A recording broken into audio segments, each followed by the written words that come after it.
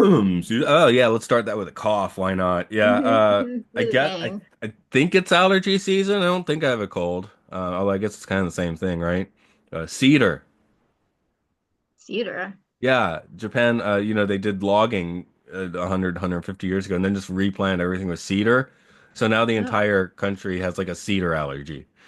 You know what? That's bad for tortoises. Tortoises aren't supposed to be like near like cedar chips or inhaling like cedar fumes or whatever. So that's very interesting. Okay, so yeah, well, we do tortoises in Japan, don't we? Have them at the I zoo at know. least. Yeah. So Well, I'm not. hopefully I'm they're privileged and live inside with air conditioning and such. So A I'm gonna student be all yes right. a student yesterday did tell me they had a dog and a turtle. So someone's that's different than a tourist I know, but someone's keeping Could those still pets be a around. tortoise if they Yeah, call it a yeah, because turtle. there it was an 8-year-old who does not speak much English, so Aw. Well, at least they know what turtle is. That counts for a lot. right. Oh yeah, let's go ahead, I guess, and do a podcast. Uh, give it. I should have just stopped talking and did it. Now I'll give a pause. Welcome to Time Enough Podcast. It's where we delve into all of the episodes of the Twilight Zone and beyond. And we finished the original Twilight Zone, so we're going beyond, but backwards in a Twilight Zone sort of manner, and checking out some of the Rod Serling scripted movies. And we'll put a few qualifiers and I guess rail guards on that in a minute. But as always, this is Matt here. Coming back is Dorian. How's it Hello. hanging? It's hanging in an East Coast way now. Well, he says it's the sun is setting, so right now it looks like darkness in there, and I guess we'll watch that shift if people are doing it on video or something. But yeah. But what yeah, once I'm doing the Rod Serling scripted movies, obviously I gotta send a message your way as a film archivist and someone who knows more about this stuff than I do, which is a rare thing to say. Thank you. Thank you. But Patterns I'll get into it in the trivia, of course, but started as a live TV show done twice, gets turned into a movie. We're covering the movie version here, so I'm curious if you have any history with this, if I just slung it on you. Have you seen Patterns in the past? Past I think, Patterns? wait, I have to go back and say, like, so I knew that it was a craft television theater episode because Everett Sloane got an Emmy nomination for this exact role, but you just said it was on twice. So I'm missing one of the TV performances. What's the other one? I think it might be the same cast, because it was live, right? So they didn't, well, they did record. I'm a little confused, but the Okay. okay, I'll just read a little bit for my trivia, and maybe I won't read it when I do the proper trivia. Okay. Um, it was it Patterns aired on television on January 12th, 1955. It was popular enough that it was staged again live 4 weeks later, and Oh, I'm okay. not 100% clear if that was two performances or if they recorded the first time or just put it on again. Because you can find on YouTube, you can find the craft version, right? Which looks like garbage, which is kind of why we're doing the movie version, which looked perfectly fine on YouTube. So, Yes. I kind of just like had to look at a few parts because I did see it was a reviewer, I think from 2008, saying the performances were better in the TV version, which I don't know. I Oh, mean, I guess that, it's like, do you want Coke or Pepsi, right? well, isn't Everett Sloane in both? I mean, He's in that's both. And Ed Begley's in both. okay. Uh, Nan, oh, Elizabeth Montgomery is not in both. She's in the TV version, and she's Beatrice Straight in this one. Oh, no way. Now that's interesting. I should go back and watch that. So yeah, I was like, that'll send you back to the TV version if nothing else. But yeah. For anyone following along, playing the home game, yes, we are focusing on the movie version, which looks good. It's on YouTube. And I guess I should just keep doing this trivia now that I'm already into it. So where Yeah, I'm were we? gonna throw out that I watched the Film Masters version of it on YouTube, and that was like a beautiful print. So Yeah, that the print was, I looked at was great. So I can't yeah. remember if that was the site, but I was like, oh, this is. There are a few of these Sterling films that there was.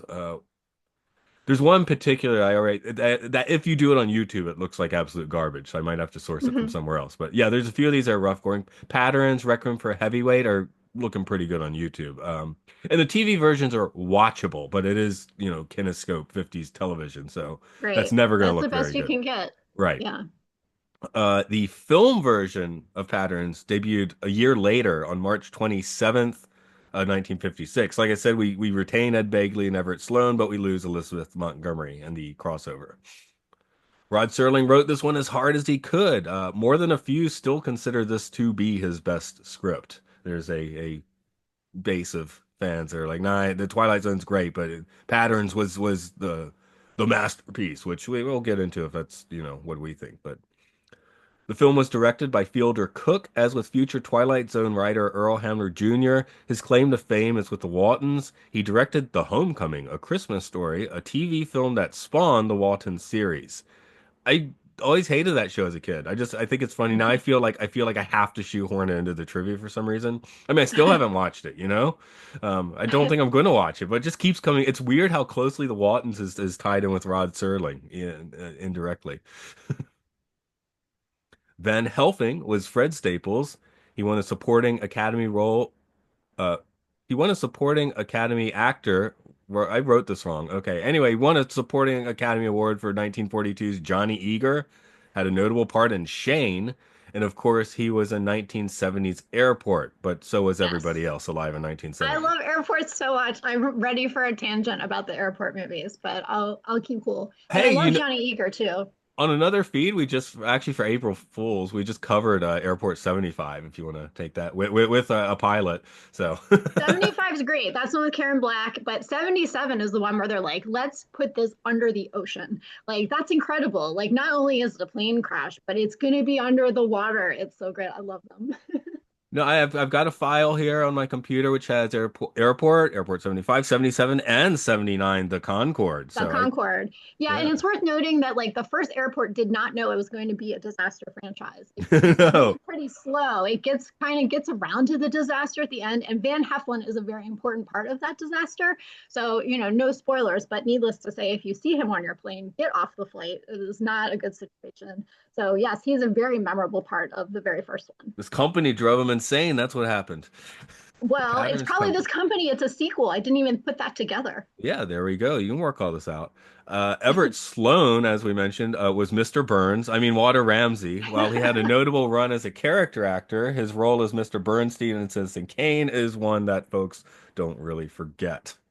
Well, I also think that, I mean, he's kind of an Orson 101 character because there's Lady from Shanghai too, and he had a Oh much yeah, meatier role in Shanghai. So I kind of think of that first, but that you makes. know, I mean, all he was in the Mercury Theater, right? So I was like, yeah. mhm, I'm like, when I feel like you make the Citizen Kane reference, it's like that Orson probably used him somewhere else. Well, there's Journey into Fear too, which is another, but yes, he was a staple of Mercury. Ed Begley, not Junior, played Bill Briggs. He was also one of the 12 Angry Men and could not sink Molly Brown in the unsinkable Molly Brown. And I'd never thought about Ed Begley. It was like Ed Begley Jr. That's an entity in and of itself, right? They But no, really don't look very much alike. Of all the no, father sons out there, I think these are the most disparate of them. he must have been adopted. I don't think. I mean, you can see it in the nose a little bit, but it's just interesting. I think of. I know Ed Begley Jr. has done a ton of things, and Harry and the Hendersons is not what I should think of first, but it always is. And I don't, I Yeah, apologize, I but can it's go one with of that. many great things.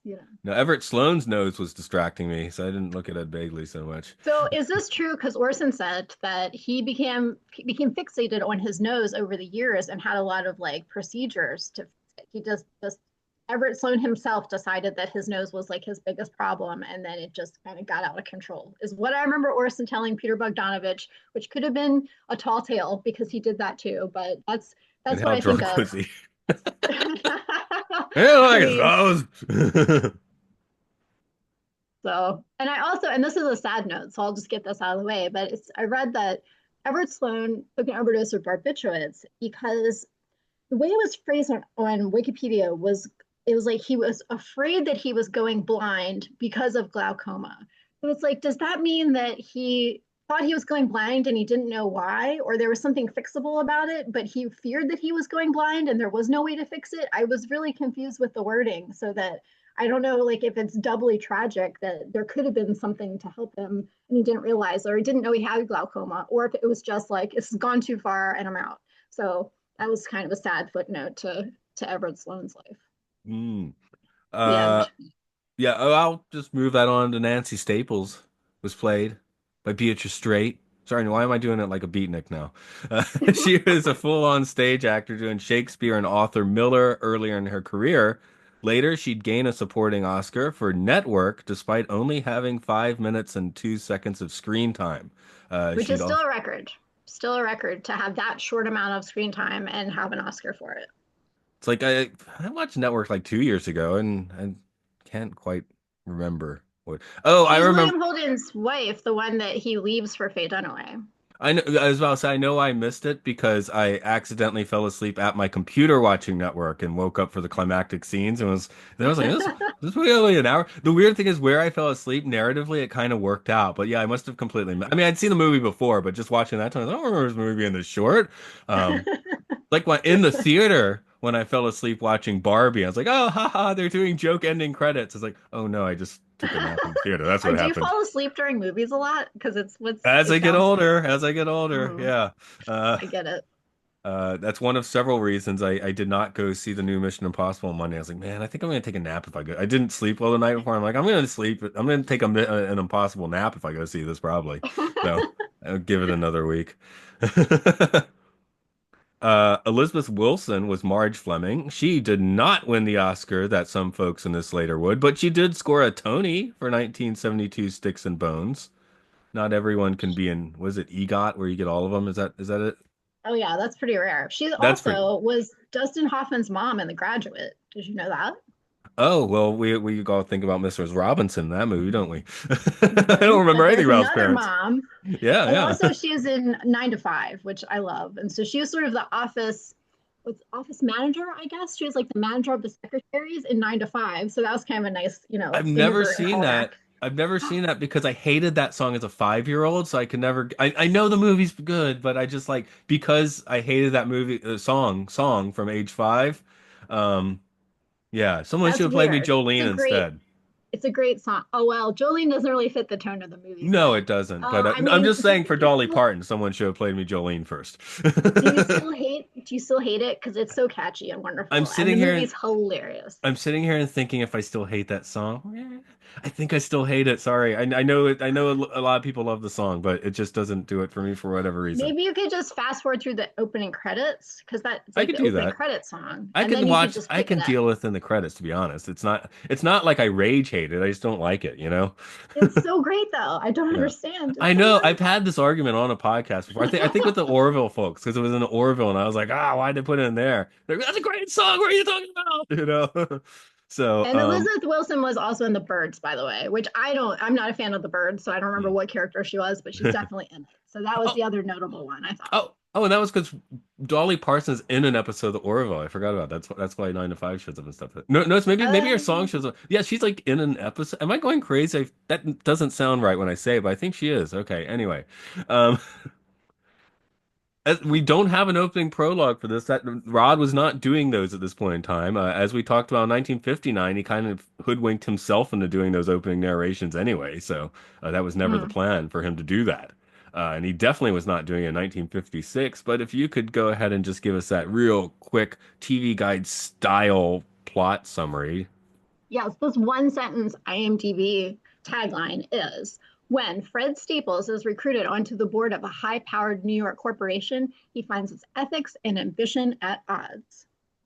There we go. See, keeping it TV Yeah. guide simple. I mean, there's all the corporate stuff, all that, right? There's the bells.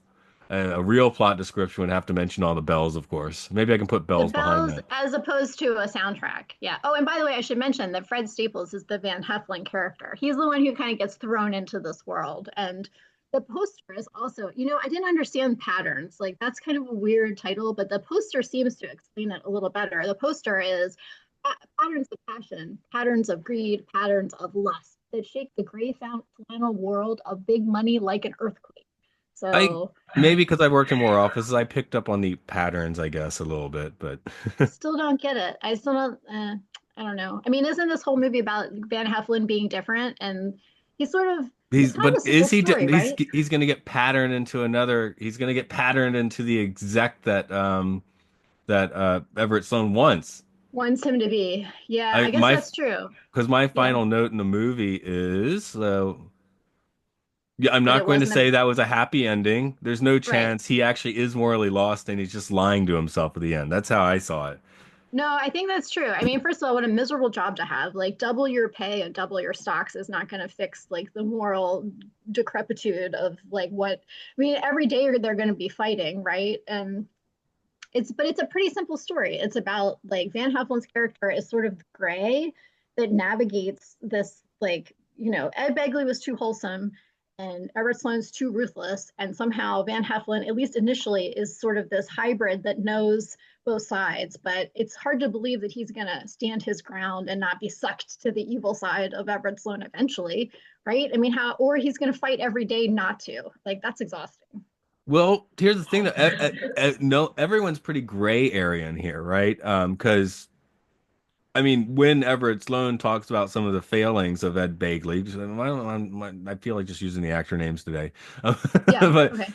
yeah, I don't care. We can go with Staples, whatever. I didn't mention Mm-mm. I like Staples' the name. actors' names. That helps me keep things straight better. Yeah, honestly, in this also the TV show to the movie they changed several of the character names, so Why?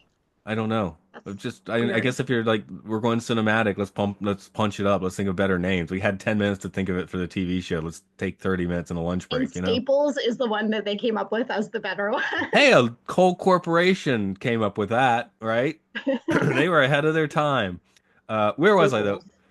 Sorry. Everett Sloane, his logic, see, I'm like Mr. Burns, but his logic, is, unlike Mr. Burns, who has funny cartoon logic, Everett Sloane's logic is correct. He's just ruthless and his logic is horrible, right? But he is like, well, this is how you use people for maximum effect, right? It's not Hmm. wrong. He just sucks, you know, like in the 50s, even now, I guess executive, can often equal asshole. Ed Begley is, like he says, he is a bit out of steam and he's the last Hmm. man standing, right? And he's with a guy that he cannot simply is not going to get along with. Those guys are not going to get along. Um, No. There's so some I, great quotes I wrote down. Ramsey said of himself, I'm not a nice human being and I don't apologize. And then the Begley character said of him, he called him a, wait, where is it? It's so good. Where is it? I'm a spindly little financial wizard. no, That's a great script, I mean, insult. like you can see where people really got cracking on the script, right? Hmm. Um, Hmm. like, yeah, just the dialogue is just, yeah, top notch. Like, which actually, this is interesting. Maybe I just wasn't in the mood for patterns when I started it. I really found the first half of the movie a little draggy, and then the second half of the movie kind of caught on fire. I don't know if that was maybe it's just we have to set everything up and that's boring, and now we put the pieces in place and let her rip. Or as I said, it might have just been my mood at the time. I don't know. I mean, they foreshadowed absolutely everything from the very beginning. Like in the first 10 minutes, Ed Begley's not going to make it through. So I thought there was a lot of exposition just to set up what we knew was going to happen, which was that he wasn't going to stay. And they indicated his health problems so many times that Mm. like I don't know. It was so simple. Like I think it took a while to get around to the punchline, which was that this is the collapse and this is who takes place and this is who's out and everybody is conflicted. I wonder if as I said, I just kind of went skipping around the TV version and did not watch, but I wonder if that's kind of where they padded it out to be a little more movie length. I mean, it's still a short movie. It's an hour 23. And just to put in mind, like my day before watching this, I was running around Tokyo, trains, energy stuff. I get home, patterns. Like, I mean, after a big big city day sitting down for patterns it's not anticlimactic but it's tonally weird, you see what I'm saying? Yeah, but the big New York hustle bustle of the elevators and the street noise that didn't like make you feel like you were back in Tokyo. Tokyo and New York are pretty different beasts, especially for a guy just bumbling around and someone in the corporate sphere, right? So Yeah. Well, plus that hallway, the executive corridor, they tried to make it seem like high intensity, it's but like Versailles, the office, which yes, once you do go into Ed Begley's office, Bill's office. There, I was trying to use the character. I forgot his last name though, but Briggs. Briggs. Yeah, Yeah. once you get his office is what rich mahogany. It's not all that like. And when he goes, not him, but sorry, I'm fumbling over all my names now. When old Van goes into his office, he's like, "How'd you know I'd like such a blinged out, stupid looking office, right?" Which I guess someone knew that Bill wanted a rich mahogany office, which very different offices, but the hallway fits with Hmm. Van's office, Staples' office. It doesn't fit with Briggs' office. Briggs is like a weird. I mean, kind of is Milton from Office Space. That's his basement, right? It looks different than everything Well, else. that's supposed to be reflective of his mindset, right? Like he has the dark, sad office and the bourbon in the drawer, and like I thought that was a play on like his decline was the darkness. But yeah, but the 50s when you just pump scotch into you in the office, you know?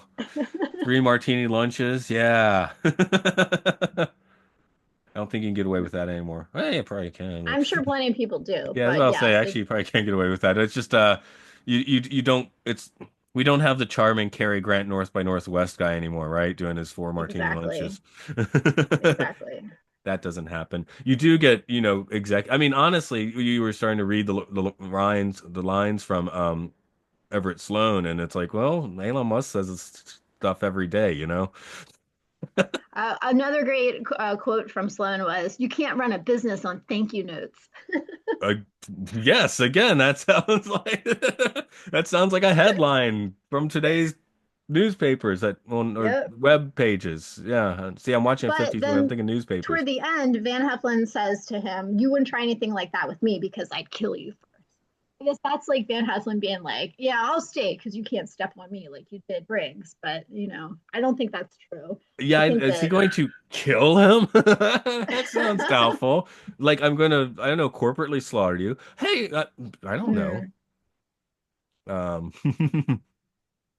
yeah, I don't see that being it's going to be a profitable relationship, but I don't see it being like a morally satisfying one. well, that's But that's the whole point. Like, right.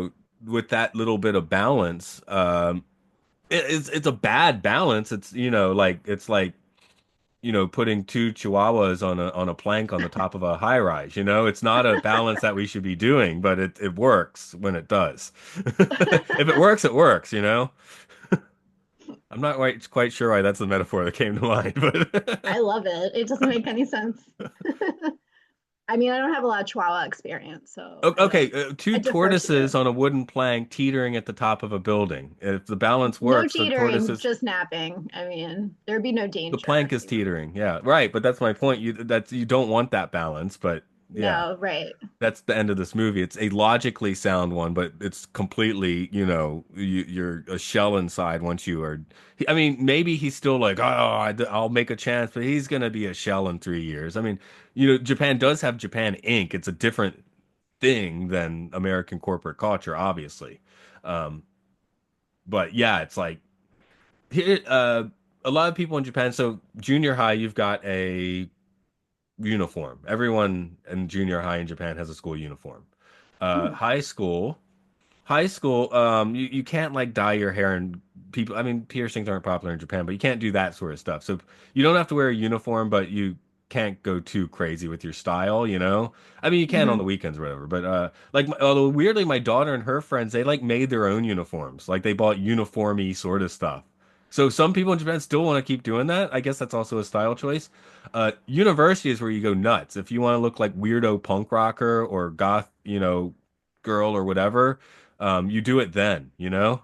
And That makes university, sense. high school's harder in Japan, I believe. Like university is a little more like here's like your free time. More, I mean, you go to classes and stuff, but here's your free time because after that, you go to the company and now you are in the machine.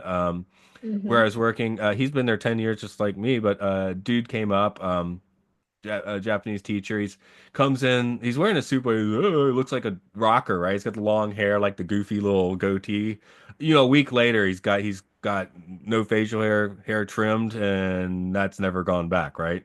Just like up Hmm. now you're working, now you're here, and now that Van is in the machine's going to eat him alive. I Hmm. do think this is enough like a Japan Inc. thing where yeah, he's not standing up to this for long. Is college 4 years in Japan also?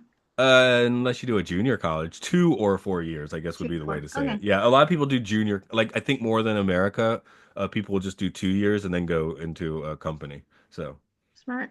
more so than America. And England too. America's kind of weird in that it's like four or nothing, and then So more. the part where Van Hefel is talking to Beatrice Street about it was after the party and it was about the credit, right? It was about whether or not to add Briggs to the report and give him credit, and there was that whole like kerfuffle about it. So like the part where she's like, "Good, now we can both sleep tonight," because she got him to admit that he was ambitious. Is that what was happening in that scene? Is that like the little seed they put to justify the end about how there are some things that he would be willing to do? Because then when they got to the meeting and he found out that Briggs's name wasn't on it at all, he was upset. And then there was that yelling scene. That whole meeting was just yelling and like arguing, and everybody else was uncomfortable. And it was just the three of them just yelling at each other. So, that part though about the credit seemed to be an important part of setting up Heflin's like future. My notes on that were just, well, that was a fine meeting, and that the dialogue and acting is basically the blowout special effects in this movie, right? Yes. Because and then the Yes. meeting before that, the one where I'm sorry I'm late, but you're like looking at the time, you're like, that actually was just 5 minutes meeting, which I guess you can have a 5 minute meeting, but the first one, Speaking the Speaking of earlier one. meeting, I was so excited to see the flashing sign that said meeting in progress. Oh, Like that I one wish was I'd ever fantastic. worked at a place. Did you see that? It was like an Yeah, I saw on-air it sign. twice. Oh, yes. Three times And it was actually. They flashing showed it a both lot. times. I mean, what a cool sign. Like I wonder if that's real or that's just like an affected You were asked thing. about Mrs. Staples, and I do find it weird because the secretary is basically like become it's almost like dirty, like they're passing along the work wife. Oh, Briggs doesn't get her anymore. It's like it's kind of weird that, Yeah, but it she is. is more kind of sensitive to Staples, feelings at least than his actual wife, who's basically doing Lady Macbeth light, I guess. I I mean, didn't think of it that I was way, about to say but nobody, well, nobody dies because of her. Let's put it that way. no, but she is kind of encouraging him to be ambitious. It seems like everybody, both the Sloane character and Beatrice Street character, criticized Van Heflin at a certain point for not being ambitious enough, for not saying like you should take credit for this thing that you did, and that seems to be like a sticking point with both of them. And it does seem interesting that the wife and um, Ramsey get along so well at the party. It's like he's putting on his best, like I'm a nice human being, He and can put she's on the like, oh, I business appreciate it. charm. The rest of the time you're Yeah, seeing him in the boardroom, right? When he is out with the public, which a wife would be that, he can put on the business charm, which hey, there's plenty of guys now that can't do that are. right. And to the extent that his wife said that he thought that she's like, I expected a tycoon, but Ramsey's really so simple. And Van Heflin's like, you're wrong, basically. But that was her impression of him was that he was simple and not a tycoon. So I guess her detection system of what is corrupt is a little off to begin with. Bad judge of character, perhaps. Yeah, Um, very much so.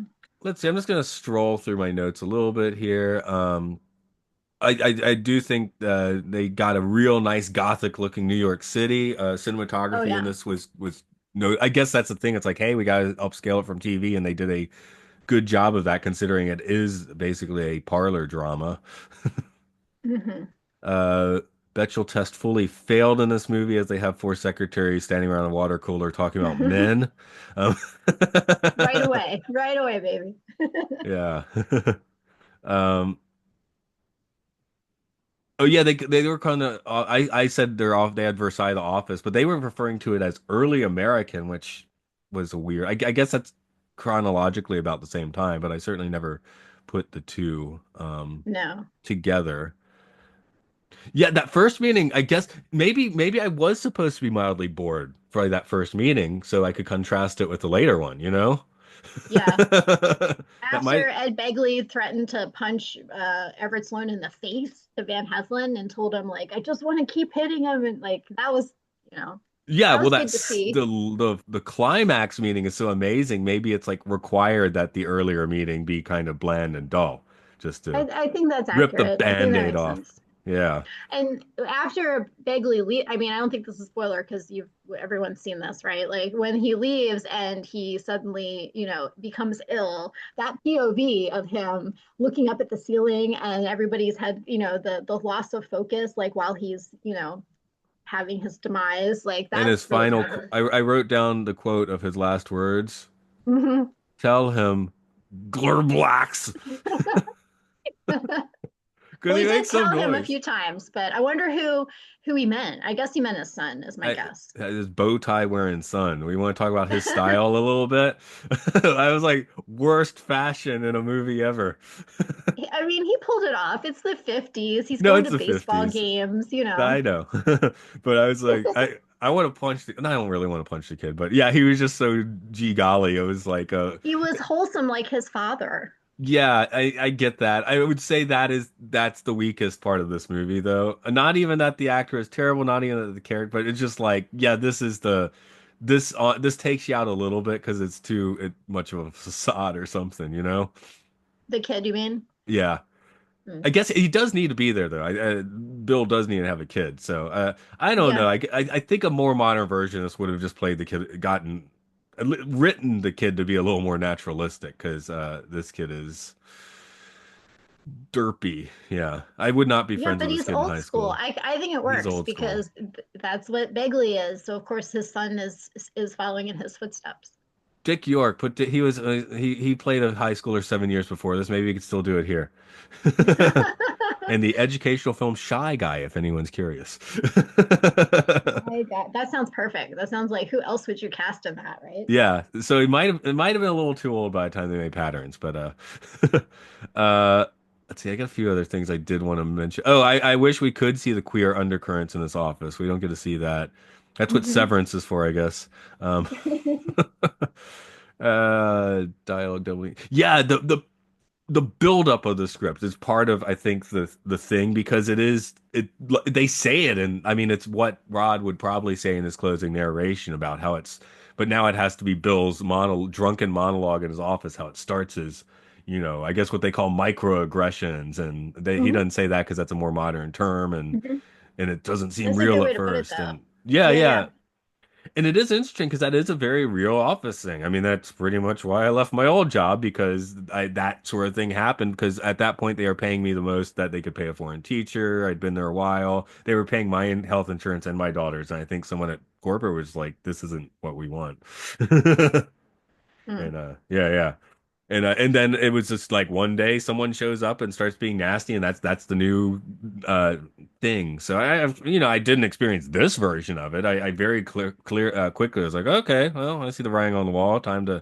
I was commuting more at that time too. I was like living like working like 100 miles away from the family, so I was like, time to go home. Very difficult. Yeah. So, do I need to complain on Bill's level? No, and also he gets to complain because he's dead. I guess you could complain about that. Um, Yeah. also, the quote, "You're nothing but a freak." That's fun. That's a good one. Yeah. There are a couple really funny lines in That was a there. weird one for 56. So, Agreed. Yeah. yeah. Um, I think I basically just shouted out all of my spitballing notes. The only thing I was thinking about the report when it is like whose name should come first, and I was like, I guess that's always the thing, or who wrote it. I mean, that is one thing Rod Serling got. It's like here's a Rod Serling script. It's by Rod Serling, teleplay by Rod Serling, and that's why I could sit down and be like, here's 8 movies that are straight up just written by Rod Serling, you know. Because usually it's like story by, written by. We arbitrate the Hmm. credits. There's 5 writers on a movie. On a TV show, it's a writer's room. So everyone Hmm. contributes, 1 or 2 people get their name on it, but I always throw out I don't see Rod Serling sitting by his pool talking this script into a speaker, but I did say that about a lot of Twilight Zone scripts because I do just see him writing these, which I guess that's true. I'm not even 100% sure. So Hmm. how much help or how many other people were involved with It's the just like the creation. report. Did he have help, but he scratched the other person's name out because he wanted all the credit? That's why I'm What? bringing it up. I, you know, the Beatles, Lennon McCartney, right? The Hmm. first couple, the ones that came out before they signed to Parlophone or whatever. I think those songs do say McCartney Lennon, and then it got switched for whatever reason. Honestly, it's alphabetical, which makes sense to me. I think that's why I always Hmm. said for when I was doing music and writing songs for people, it should be alphabetical. And then everyone I wrote with had last names that start with A, B, and C. So it backfired a little bit. My last name's Commoners. I I'm mean, like you I would think should be safe, statistically that a C name would get to be on top once in a while, but right? But interesting. yeah, all. Uh, that's true even now. Yeah, because the guy that writes my lyrics now is Atkinson. So I still am a guy. It seems statistically like a good idea, but it's been one A, Mm. two B's, and a C that I've written with. So yeah, that didn't work out well. But I do think that's actually the most fair way to do it, alphabetical. What do you think? Yeah, well, Yeah. I have a last name B, so of course I also agree. Oh yeah, you're doing a little better there, aren't you? Yeah, I'm one notch ahead. But you still would have. Nope, you still would have been victim to everyone but the C because the B's would be before you because there's a BA and a BL. So Mm. you'd still be SOL for that one. Do you have any other note rabbit holes you want to jump into? I know you Yeah, tend to as come you with a can few. you can see it's totally dark out. I can't see my notes anymore, but I do have one thing to say, which is this is exactly like Executive Suite. So Executive Suite came out in 1954, which was before then. That had a bigger cast, like William Holden, June Allyson, Barbara Stanwyck, Frederick March, and Walter Pidgeon were the top five, but there's like a dozen people.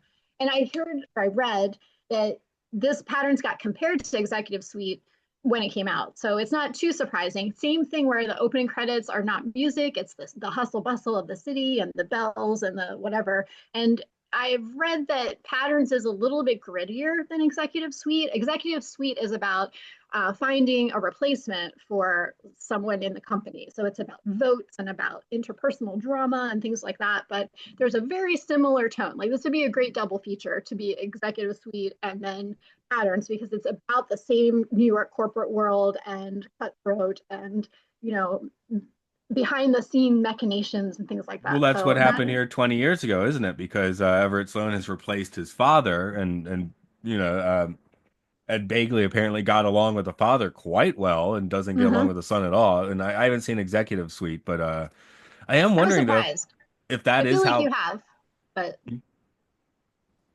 I don't. You're saying you showed it to me, maybe. Okay. oh no, I'm not saying that. I'm just saying I feel like you would have gotten around to it. And you asked in the very beginning, did I watch Hog Patterns before? And I'm sure that I did, but I didn't realize until I got into it and I saw Ed Begley. The look on Ed Begley's face when he realized that Van Heflin was going to do his job, there was something that triggered in my head. I was like, oh, I have seen this. I remember that look because it's so devastated. You know, it's so like quietly like concerned that his job is being taken away. That, but I didn't remember it enough to not see it again. So Okay. it was Um, fun to watch. I'm just. Well, I was just curious what the IMDb ratings were for both. Executive Suite at 7.4. This one at 7.7, but the difference might just be Rod Serling love, you know? Mm-hmm. Yeah, Uh, very strong, both of them.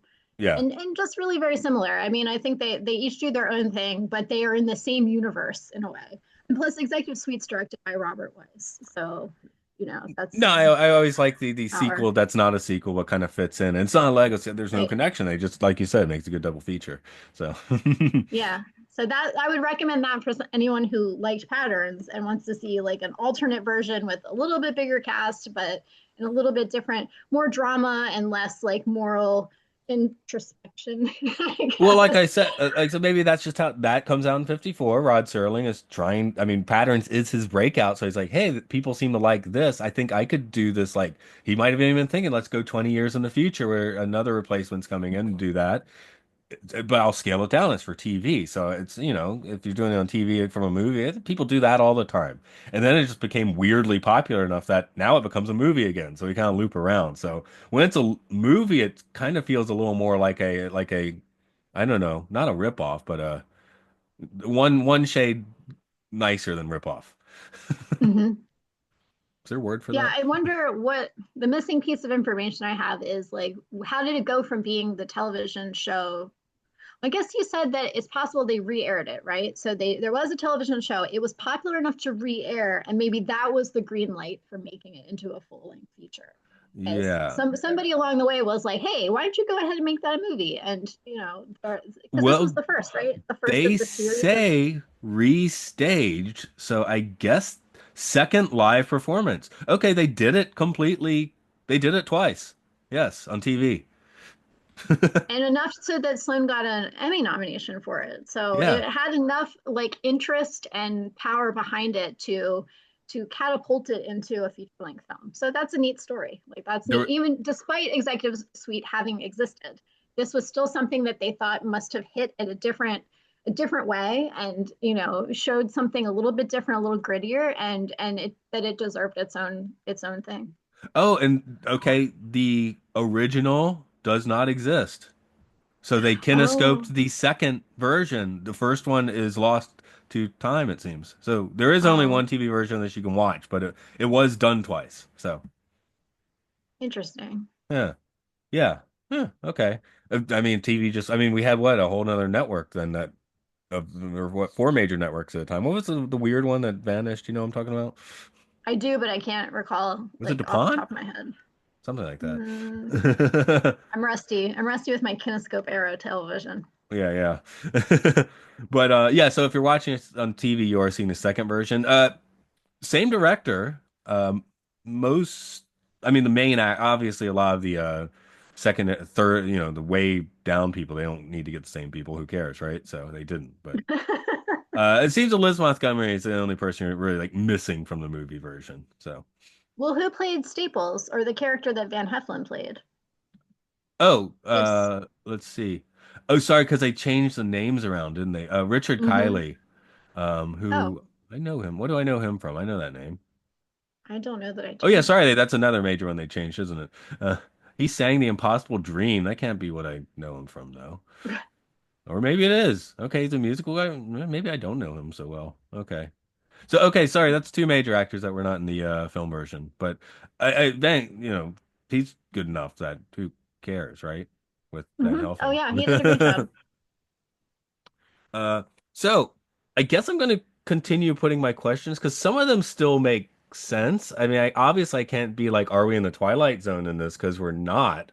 Um, so I guess I'll just ask, who in this is going through the experience, who the Rod Serling experience, I guess. It's not quite the Twilight Zone yet, so. I feel like Or let me put it this way. Sorry to interrupt you, but the theatrical poster for this shows a framed picture of the meeting and says "Portrait of a Man on a Battlefield." So I guess I could ask who's on the battlefield in this wait a minute, movie. what poster is that? Because the one I'm looking at has like the disaster reference, the earthquake reference, and it's Van Heflin's head above like a towering. Are you look at the IMDb poster? It's Okay, that might. got purple and pink and blue. Oh, It's yeah, got you sorry, right, yours is very different. Okay, there are right. very different posters for this. Okay. I am looking at the wiki one, which is completely 100% different. Okay, Anyway, let my me see point what is that looks like. it shows the meeting and it says portrait of a man on a battlefield. So I'm like, I guess if they're in the room, but how about the executives that are just there and don't really have any skin in this game? Are Oh my they gosh, part of that poster is totally different. Look at this. Yeah, Okay, now you know ruthless why men you're and so confused. ambitious women. Ambitious women, really? You're going to throw them in there? I don't know that there is really a truly ambitious woman in there, Well, unless that's you. my question then, isn't it? Because do you want to put the secretary or do you want to put Mrs. Staples onto the battlefield or not? Clawing for control of $1 billion empire. They never talked about numbers that big. I don't think it was very clear that this was $1 billion company. Did you think Margaret it was? Lanier. It sounded here's what it sounded like to me. I guess it seemed like it was a pretty well-to-do smaller business before Daddy died, right? But it wasn't giant. It seems the new guy has really pumped it up, like maybe franchised it. I don't know if this is a franchisable business, but that kind of thing. It sounds like maybe they franchise. So kind of like McDonald's, where the company itself is pretty big, but the franchise is what makes it seem just massive as hell. So actually, in the very beginning, I made a note of this. The name of what was Begley's role that was becoming Heflin's role was called industrial relations. But I just thought that was kind of made up. But I guess that could imply franchise and big corporate like partners. like he was in a different work situation, so maybe they were pulling in from like an affiliate factory that was doing really well or something, like Staples. I mean, maybe he was managing a Staples really well.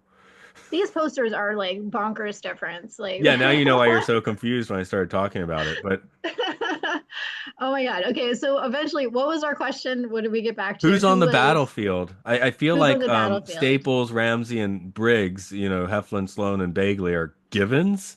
They're there, right? So Okay, I think Begley was on the battlefield first, and he's definitely dead. So like he's out. And then I think that that Sloane is like the one who is still there, and Van Heflin is voluntarily coming onto the battlefield. So that's what I think it is. One is out, one's still there, and one's coming in. Like literally he's the replacement. So I guess that's not very deep, but that's the battlefield is Sloane's ethics and Van Heflin now navigating it with his. So we're not counting Harvey Jameson, Ramsey and Company's head of purchasing, DJ Vander Venter, Ramsey and Company's chief engineer, Edward Gordon, Ramsey and Company's head of sales, James No, G. Latham, Ramsey and Company's head of service, Edgar Granigan, Ramsey and Company's controller, no, Carl none L. of those Portier. mice that sat there during the meeting and were quiet while Sloan was yelling at people is on this battlefield. They're I just just like on wanted to the read out side. how these people would just sit in the room and maybe say two words, like have just someone had to sit around and think up six names for them and Exactly. what function they had at the company. Well, I guess Rod Serling did that most likely, but yeah, I was just like there's a little attention to detail. I mean, it's not that hard, but you could skip that, nobody would notice, you know. I Um, guess so. so I guess the big so let's leave them out. They're present. It's like a bull run where there were spectators and then they ran away when they realized that war is real. Um, That's a how good. That's good. how about Nancy Staples, Beatrice Straight, Fred's wife? She's trying to get herself a little bit involved. Like I said, she's kind of like Diet Lady Macbeth a little bit. So she wants to be involved a little bit. She wants Ramsay to know who she is. I think that the based on that comment about how she thought Ramsey was so simple and not a tycoon, I feel like she gets disqualified because she does not have proper perspective about what Van Heflin's going through. And he also is not enlightening her. After like his first day where he felt pretty unnerved with what he'd seen, he just kind of brushed it off and didn't really include her. So I think that she doesn't have enough perspective to really fully be there yet. She's a spectator for now. Okay, how about Marge Fleming? That's Staples and Briggs' secretary. I got the name wrong earlier, sorry, but she is she's more involved in that. She works at the company. She's being used as a pawn piece, but Yeah. she's not in front. Maybe she's. I mean, I'm not saying this to be sexist, but okay, let's call her a medic. I won't call her a nurse. I'll call her a medic. She's a medic No, that's on the fair. She's battlefield. front lines for sure. She's not in the battle, but she's witness to the bloodbath. So Yeah, that is okay, perfect. medic. There Hmm. we go. Okay, other guys are grunts in the boardroom. We have our yeah, okay, is Ramsey on the van, not van, Everett Sloan Ramsey. I feel like I have to say all the names now. Sorry. Is he on the front lines or is he in the back in a tent being a general? Oh, he's a general that's sending his men to, well, I don't know. He's an involved general because he's Maybe that's the thing. He's controlling. inviting Van Helsing, Fred Staples, like out of the crap. I guess I'll keep it to PG and out of the crap and come in the tent and command with me, even though we hate each other. At least you're not in the line of fire anymore. I'll pay you Yeah, double, so because you're he not in the wants line him of there. He fire. wants he wants Van Heflin there as like conscience, like of a sort. He wants him to be his conscience, but he doesn't want him to fight too much. It's a He weird wants, I thing. think he wants the authentic opinion, but he also maybe is that he wants the authentic opinion because that'll make him more sure that his logical opinion is correct, even though it's evil.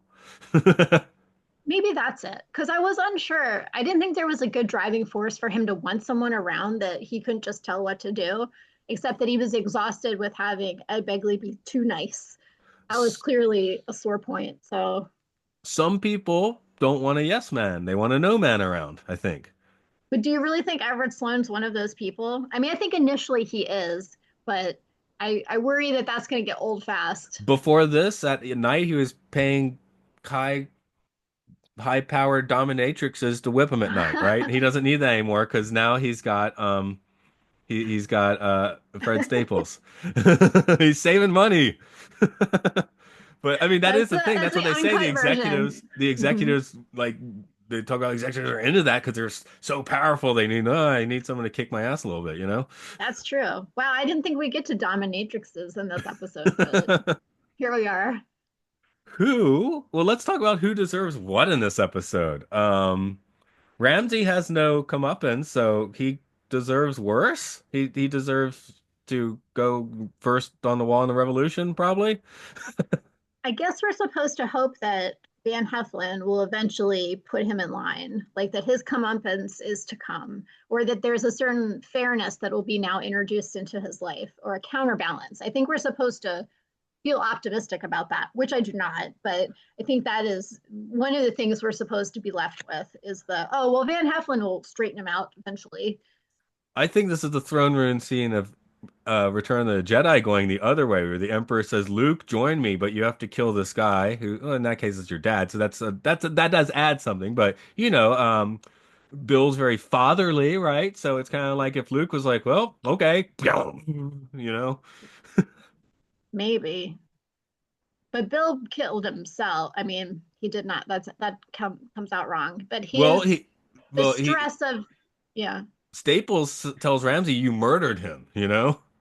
Oh, right. That's right. They did have that talk about that, and who was guilty by association. And Bill could have, like, if he stepped away at that point, maybe he would have had that stress instantly drop away if he did quit. He would That's not, I true. don't He think did he would have. refuse. That was Ramsey's case, was like he could have resigned at any time, but like the pride and the scotch and or bourbon that he was drinking definitely piled on the situation. Right. But But he's such at a that, sympathetic character. right, exactly. But at that moment, I think if he had, because he pauses, he's about to quit, and then he doesn't. If he had quit, he would have had a load off his back, and he would have been alive the next day to go to a baseball game, you know? Well, he died like 10 minutes later, though. It was right after the yelling match that he went out in the hallway Oh, and he right, goes died. outside, but So, that's like a stroke or a heart attack, right? Which I would right. say because he's still flipping out because he's still working there, you know? Right, right. You're right. I mean, Whereas, I'm saying, would it have really diminished that in that many minutes, like in those few minutes, could he have turned it around? And I think the point was that he was too far gone at that point. But you're absolutely right. If he just stepped back, which is something he refused to do because of his principles, he didn't want to give up the wholesome approach to the company, and he just because he could not let go, he went with it. so I'd say the fault is half Ramsey's, the fault is half his, but he doesn't deserve it. That would be where I come down on, I guess. That's fair. Yeah, yeah, that's fair. Let's see, I've dark-sided Staples already, so I don't care how the movie ends. I took what he was saying very ironically, which I do kind of like that the movie has a ostensibly happy ending, but if you think about it at all, Mm, you can kind of work out it's not. yeah, double the pay and double the stocks is not a good enough price for your soul, but I'm sure it's Yeah. appealing initially. Like I think we are seeing a relatively, not completely, but relatively upstanding Staples through this entire movie. Mhm. I think we see the T turn. Okay, the key turn at the end of the movie. And then the movie ends, right? But the key just turned, and you can sit there and fool yourself, but the key has already turned, you know? You Yeah, already made the the end commitment. when he walks down the hallway isn't just like a strutting down, things are good. It's kind of this weird tentative walk that he has when he's walking away and sort of absorbing everything. I think that says a lot that, you know what I mean? Like Yeah, his walk was that's where I kind wrote he is morally lost, you know? of That was a walk of moral loss, I guess is where I'm getting at. So, yeah. This is uh, such a tiny, dumb detail, but did you notice in that final scene when they had the close up that their eye line was mismatched? That was driving me crazy. It was like Van Heflin was agreeing to what Sloan was saying, and as they were sitting there, it was just this awkward mismatch. And as soon as Van Heflin turns away, Sloan like turns to look at him. So I couldn't tell if we were trying to believe that Sloan wasn't making eye contact on purpose, or if it was just kind of a sloppy eye line mismatch. But that's been bugging me. It makes me feel like there's something intended by it, but there isn't. he couldn't look him in the eye as he accepted the offer. Exactly. But the stuff before that should not be mismatched. When he calls him a freak, that shouldn't be mismatched. I'm not a nice human. Yeah, that was his comeback from that. Um, so I guess we'll just call it the Serlingometer. I don't know. You want to call it the Tripometer? Let's call it the Tripometer. Yeah. Why not? There's enough to trip Yeah. out on. I'm not giving it a zero. I know that. What do you want to give it? You can give it a zero if you want, but let's What is the Tripometer scale, this. 0 to 5 or 0 to 10? I Zero never to remember. five. 0 to 5. And like, what was the most five you ever had? I would go with probably Shadow Play, just off the top of my head. Okay. So really, I'm feeling like a two because we're still grounded in reality. It's just the moral trippiness is there's a lot of tumult there. So I'm gonna give it a two. I'll go a little higher at 2.5 because of that boardroom sequence. Like, Mm. again, the poster and the poster almost tie together, so maybe it is a better poster calling it Battlefield because it's like, oh yeah, okay, if we and I called it special effects. I had the same thing when I was watching it and writing my notes. I called it special effects. They call it a battlefield, but there is something in that scene, you know. Later on, we get the Twilight Zone money shot. Here we get a money scene, right? And it goes on for a while, you know. The second meeting's definitely longer than the first meeting. But I also like the earthquake poster. I think that's appropriate too. I think that's Oh, interesting I that do the like the posters are other one. Yeah, the other one in that pink and purple is fantastic. But I'm so just weird. thinking for Like, fitting the movie, maybe the other one is better. Let me look at the IMDb one again. I Yeah, mean, for fitting the movie, I gotta go with the one that's on Wiki. Um, yeah, with the coins on it. I love that there's like money and then the hmm frame of the boardroom. Well, plus the bullseye. I mean, let's not overlook the bullseye on on Sloan Ramsey, yeah, I was or about to say it's on Ramsey. the Yeah, boss. right, right. The bullseye Sloan should be on Ramsey. Bill, right? Except that would make for a crappy poster. It would. And portrait of a man on a okay, so yes, it's his portrait. So I get it. But they use the word power on both posters for sure. Yeah. But no, I definitely like the pop artiness of the other one too. But yeah. I What's wonder so if that is at the same time or if that was like a re-release or something. You know what I mean? It just seems not. It does not look like 56 to me. Design, yeah, does the it? IMDb one was not. So folks, by the way, you should just go to IMDb and Wiki and look them up and you'll see the Oh posters. yeah, these are worth It's looking worth it. at. This is definitely. Well, the It one, okay, so Wiki has theatrical release poster actually written underneath of it. So my guess, this is my totally absurd guess, is that this other one that's like blue and pink and is a re-release of some sort or just an alternate because I don't think they would have gone with that initially. And Wiki seems to say that no, this is the actual theatrical release. But this makes me want to comb through eBay and see what else I can find. uh anything yeah, else you want to put down on patterns? Patterns. Nope, Okay. We will nope. I wrap think it. we've covered it. I think last time you were here, you actually did have something to plug. Did you want to plug something? No, I'm not very pluggable right now. Okay. You had one last time, so I thought I should ask. Over here Yeah, we do life's different now, so I'll wait for the next one. See okay. what I can share. Groovy. As for us, we are Podcastio, podcastius.org. On Patreon, it's also Podcastio, Podcastius, losing my ability to talk. Um, so we do a lot of podcasting where I do talk films and filth. We talk about really highly and lowly rated movies. According to IMDb, uh, In Prison is coming back. We did the 1967-68 series The Prisoner, and we are reigniting that podcast to cover Severance. So that will be coming soon. And Cool. there's stuff like Game Show, Luke Loves Pokemon, Monster Mash for the gamers. So I'm a okay, gamer. I just finished Oblivion remastered. Do you okay. ever play the Skyrims? I'm not a Skyrim. Sorry, some people know I'm doing there. No, I'm not the gamer. But right before this, we did Films and Filth, and there was at least a full-on 5 minutes where I was just staring blankly as people talked about games. So, Okay, my awesome. my gaming is all on an iPad now, which would depress a real gamer probably. There's an Indiana Jones and the Great Circle game, which I also played, which I also loved. I mean, On who an doesn't want to be iPad? Is Indiana it on Jones? iPad? Um, I can look Probably into not. it for you because you Probably really should not. play it. It's Probably fun. not. Yeah. No, You'll no, get there. into it one day. No, You'll get into games. They'll get you. well, I have some gamer past, like when I was doing that 100-mile commute a lot, and I also taught executive lessons where I would need to take long taxi rides and stuff that the company was paying for. But I had a DS, and I think I played like every JRPG that you can play on a Nintendo DS. So There you go. that's my little gaming savant spot. I know old school 90s style JRPGs like insanely well, like obscure ones. So I do have that going for me, but So I don't it have a sounds ton like of you're them. very qualified in your niche. I'm very qualified in my niche. That's correct. So I can maybe I can replace I'm gonna replace Edgar Granigan, Ramsey and Company's controller. That makes sense for gaming. I'm gonna be the controller. Totally. Okay, I didn't have anything wittier to say than that, so I liked I it. will stop the recording.